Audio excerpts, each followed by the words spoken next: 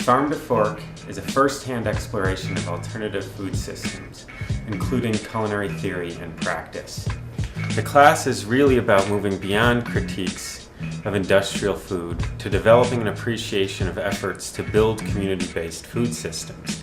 And we're directly engaging these alternatives by developing an understanding of the complexity of everyday food experiences and the nitty-gritty realities of community food systems. We're exploring the system literally from farm to fork.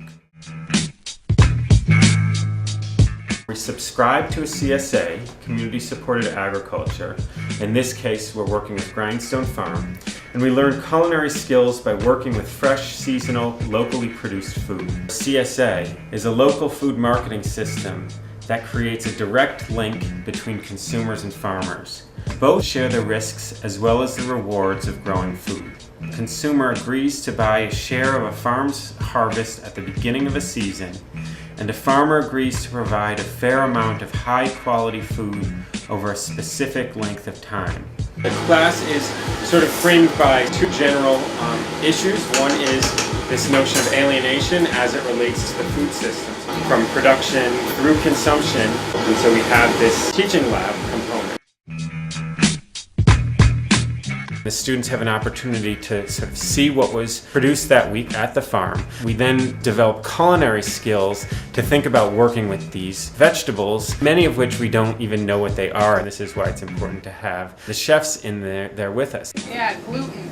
You don't want to be tearing the dough. They have the intricate knowledge of the food and help the students to think creatively and openly about what it means to eat regionally, to eat in an ethical manner according to a specific set of beliefs. So we're constantly thinking through sort of these political questions about how the food system operates.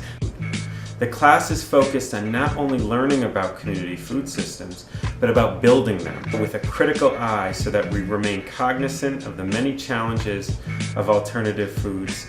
And so from 90 to current, 30% of the population in this neighborhood has left. So 1 out of every 3 gallons of milk is no longer here that I can sell. So volume starts doing this and this.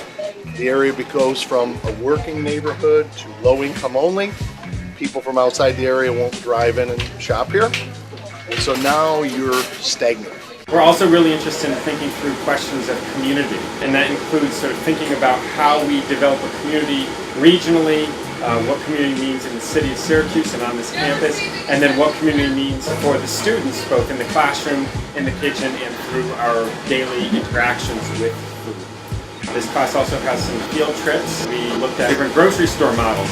No James Market, which is on the west side, an independent grocery store that really sort of focuses on sustainability in the social context.